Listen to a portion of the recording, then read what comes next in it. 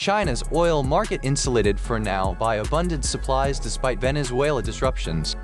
Traders say the immediate fallout from the recent U.S. seizure of a Venezuelan tanker will be muted in China because a sizable flow of Venezuelan crude had already been booked, and because the market is awash with excess oil and sluggish demand.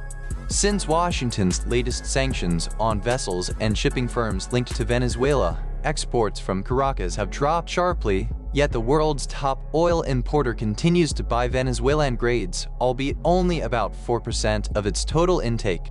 Analysts note that shipments of the heavy Mary blend are still arriving in China this month and next, buoyed by a 4-month export run-up and deep discounts that can take up to 2 months to reach the country's independent teapot refiners.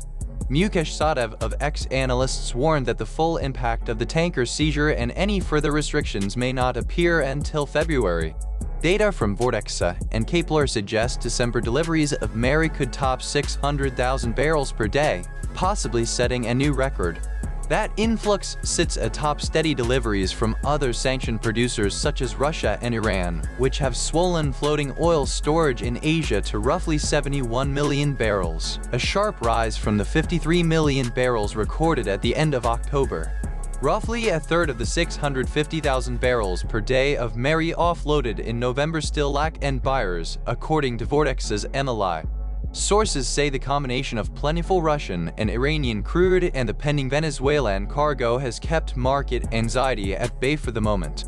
Some Chinese buyers are already shifting modest volumes toward Canadian TMX crude to hedge geopolitical risk.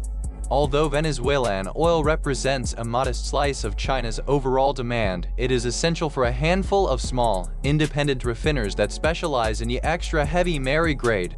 Substitutes such as Canada's Access Western Blend or Colombia's Castilla carry higher price tags, making the loss of Venezuelan supplies costly for these teapot plants.